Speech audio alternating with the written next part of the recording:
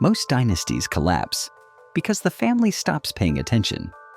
The DuPonts survived 2 centuries because the founder built his family estate directly overlooking the gunpowder mill, living inside the blast zone of his own business.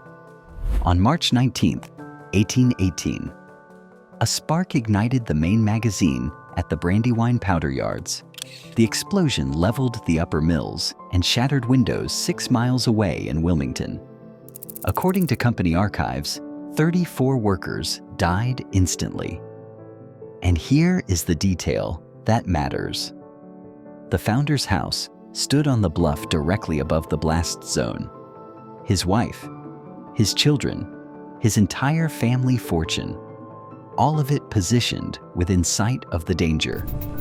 This was not an accident of geography. It was a governance decision. The Vanderbilts lost $185 billion in 3 generations. The Astors watched their Manhattan empire dissolve through family infighting. The Rockefellers saw Standard Oil broken apart by federal regulators. But the DuPonts are still here. 223 years after a French chemist built a powder mill in Delaware, the family name remains attached to one of the largest chemical enterprises on Earth. This is not a story about luck. This is a story about a family that understood something the other dynasties missed. When your business can kill you, you build different systems. When the downside is infinite, you govern differently. The DuPont dynasty survived because they engineered accountability into every generation. And then, in the 21st century, they engineered it out. In this dossier, we analyze the 3 governance mechanisms that kept the dynasty alive: the proximity rule that disciplined them, the legal firewalls that protected them, and the radical corporate restructuring that separated the family from the liability. Act 1. Proximity Governance. Eleuthère. Irénée DuPont was born in Paris in 1771. His father was a government economist. His education included chemistry under Antoine Lavoisier, the man who discovered oxygen and revolutionized the science of combustion. This detail matters. Lavoisier did not just teach chemistry, he ran the French gunpowder administration. Young DuPont learned powder manufacturing from the man who modernized it for an empire. Then the French Revolution arrived. Lavoisier was executed in 1794. The DuPont family, connected to the moderate political faction, faced increasing danger. By 1799, they made the decision to leave France entirely. The family arrived in America in January of 1800. Eleuthère, who went by his initials, EI, quickly identified an opportunity. American gunpowder was inferior to French powder. The manufacturing techniques were decades behind. And a young nation expanding westward would need explosives for mining, construction, and defense. In 1802, E.I. DuPont established a powder works on the Brandywine Creek just north of Wilmington, Delaware. He called it Eleutherian Mills. The location was strategic. The Brandywine provided water power for the mills. The creek's banks offered natural containment for explosions. And the distance from major population centers meant accidents would not become political crises. But E.I. DuPont made one decision that would define the family for the next 2 centuries. He built his home on the property, not down the road, not in Wilmington, on the bluff overlooking the powder yards themselves. This was the origin of what historians would later call DuPont's proximity governance. The family operated by a brutal code. If the workers faced danger, the owners faced the same danger. If an explosion could kill the men in the mills, it could kill the children in the mansion. This was not sentiment. It was incentive design. When owners live far from the factory, they optimize for production volume. When owners live next to the blast zone, they optimize for safety systems. The DuPonts built their wealth on a product that could destroy everything in seconds. They survived because they never let themselves forget it. The 1818 explosion tested this principle. 34 men died. The property damage was catastrophic. And E.I. DuPont's family experienced the same terror as every worker's family that day. The response was not to relocate the family home. It was to rebuild the mills with better engineering. Spacing between buildings increased. Blast walls were reinforced. Operating procedures were formalized. E.I. DuPont died in 1834. His sons continued the proximity tradition. For generations, DuPont family members lived on or near the Brandywine property. They worked in the mills. They understood the chemistry. They felt the ground shake when something went wrong. This created a culture that most American dynasties never developed. The DuPonts were not absentee owners collecting dividends. They were operators who could die from their own decisions. Act 2. The State Leverage Engine. By 1861, the DuPont Powder Works had operated for nearly 6 decades. The company had survived multiple explosions, economic downturns, and the founder's death. But the Civil War would transform it from a regional manufacturer into a strategic national asset. The Union Army needed gunpowder, enormous quantities of it. And DuPont was one of the few American manufacturers with the capacity and quality to deliver. The numbers from 1861 alone tell the story. DuPont recorded over $400,000 in Army and Navy purchases that year. This represented roughly 40% of the company's total business. The family had become essential to the federal war effort.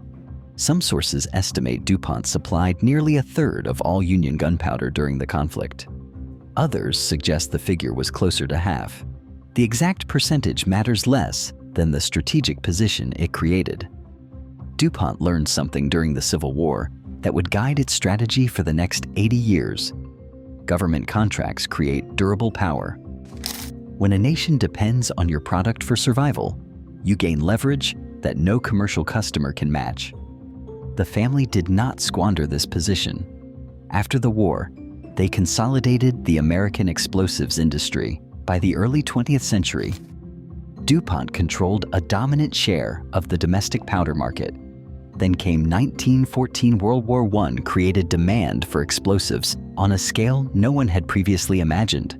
The industrial powers of Europe were consuming ammunition faster than they could manufacture it. The Allied nations turned to American suppliers. DuPont responded with massive expansion. New plants, new processes, unprecedented production volumes. By the war's end, the company had supplied approximately 40% of the smokeless powder used by the Allied forces. This was the zenith of DuPont's powder business, and it created a problem. When a company becomes essential to a war effort, it attracts attention. Some of that attention is profitable. Government contracts paid well. But some of that attention is dangerous. Senators began asking why one family controlled so much of America's strategic manufacturing capacity. DuPont executives understood the risk. Being labeled war profiteers could trigger antitrust action, punitive taxation, or nationalization. The company needed to demonstrate that its interests aligned with national interests. 25 years later, they would prove it in the most dramatic way possible. In 1942, the United States government approached DuPont with an unusual request. The Manhattan Project needed a company to build and operate a plutonium production facility. The science was experimental. The timeline was impossible. The stakes were existential. DuPont agreed to take on the Hanford site in Washington state. They would construct the world's first full-scale plutonium production reactors. The B reactor alone began construction in June 1943 and achieved criticality by September 1944, 15 months from groundbreaking to an operational nuclear reactor. But here is the detail that reveals DuPont's institutional character. The company demanded a cost-plus fixed-fee contract. That was standard practice, except DuPont insisted the fixed fee be limited to $1. $1 for building the industrial infrastructure of the atomic bomb. The reasoning was explicit. DuPont's leadership remembered what happened after World War I. The accusations of profiteering, the congressional investigations, the public suspicion. They calculated that $1 of profit was worth more than millions if it preserved the company's reputation and political position. The government actually paid DuPont less than $1. After audits, the final fee came to approximately 67 cents. They built the infrastructure for the nuclear age for less than the cost of a candy bar. This was not charity. It was strategic positioning. DuPont traded short-term profit for long-term legitimacy. They emerged from World War II as a company that had served the nation without exploiting it. That reputation would prove valuable when they needed regulatory goodwill in the decades ahead. Act 3. The Innovation Moat. The DuPont family faced a strategic problem after World War I. They had built their fortune on explosives. Explosives were a mature market, with increasing competition and regulatory scrutiny. If the dynasty was going to survive another century, they needed new sources of growth. The answer was research. In the 1920s, DuPont began investing heavily in chemical research and development. They hired scientists. They built laboratories. They created an institutional culture that valued discovery. This was not common practice for American industrial companies. Most manufacturers focused on production efficiency, not basic science. DuPont bet that new materials would create new markets. The bet paid off spectacularly. In 1935, a DuPont chemist named Wallace Carruthers achieved a breakthrough. He synthesized a polymer fiber that was strong, elastic, and could be manufactured at scale. The company called it Nylon. The commercial launch came in May 1940. Nylon stockings sold out across the country. Department stores reported crowds and shortages. DuPont had created consumer demand for a product that had not existed 5 years earlier. Once the model was proven, they ran it again. Teflon in 38, Lycra in 58, Kevlar in 65. Each innovation followed the same pattern. Basic research produced unexpected discoveries. Patent protection created temporary monopolies. Profits funded the next generation of research. By the mid-20th century, DuPont had transformed from an explosives company into a materials conglomerate. The powder mills on the Brandywine were historical artifacts, and the future was synthetic chemistry. But this transformation created new risks that the proximity governance model could not address. When your product is gunpowder, the danger is immediate and obvious. Explosions kill quickly. The feedback loop is tight. You know when you have made a mistake because buildings disappear. When your product is a synthetic chemical, the danger may be invisible for decades. The feedback loop extends across generations. You might not know you have made a mistake until millions of people have been exposed. The DuPonts had built a culture around physical proximity to risk. They had not built a culture around invisible, long-term, distributed harm. This gap would eventually threaten everything they had constructed. DuPont's expansion also brought the company into conflict with federal regulators through a different mechanism. In 1917 and 1919, the company acquired a significant stake in General Motors. By the 1950s, DuPont held approximately 23% of General Motors' common stock. The relationship was commercially valuable.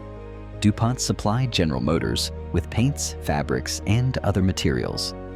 The investment generated substantial dividends, but it also attracted antitrust scrutiny. In 1957, the Supreme Court ruled in United States versus E. DuPont de Nemours and Company that the stock acquisition violated Section 7 of the Clayton Act. The court found that DuPont's ownership position gave it preferential access to General Motors' supply contracts, harming competition. The remedy proceedings that followed required DuPont to divest its General Motors holdings. The process took years and cost the company a major financial asset. This was a warning. The same federal government that had partnered with DuPont during 2 world wars would not hesitate to break up arrangements that concentrated too much economic power. The DuPonts adapted. They always adapted. But the world was becoming more complex than any governance system designed in 1802 could manage. Act 4, the Liability Firewall. The chemicals that made DuPont wealthy in the 20th century created liabilities that would threaten the company in the 21st. Perfluorooctanoic acid, known as PFOA and often called C8, is a synthetic compound used in the manufacture of Teflon and other fluoropolymer products. The substance was useful precisely because it was stable. It resisted heat. It resisted chemical breakdown. It resisted almost everything, including biological degradation. By the late 20th century, questions were emerging about the environmental persistence of PFOA. The compound did not break down in nature. It accumulated in water supplies. It became a persistent regulatory liability, appearing in environmental surveys globally, independent of manufacturing sites. The legal exposure began in 2002. A class action lawsuit filed in West Virginia alleged that PFOA from a DuPont manufacturing facility had contaminated local drinking water. The case, commonly known as Leach versus DuPont, would become one of the largest environmental litigations in American history. In November 2004, DuPont announced a settlement for $107 million, $70 million in immediate payments. The remainder funded water treatment systems and health monitoring programs. This was not the end. It was the beginning. Additional lawsuits followed. EPA investigations produced their own settlements. The total legal exposure from PFOA-related claims grew into the billions of dollars. And unlike an explosion that destroys a building once, environmental contamination creates ongoing liability that can extend for decades. The DuPont leadership faced a structural problem. The company had diversified across dozens of product lines. The chemical businesses generated profits, but also generated legal exposure.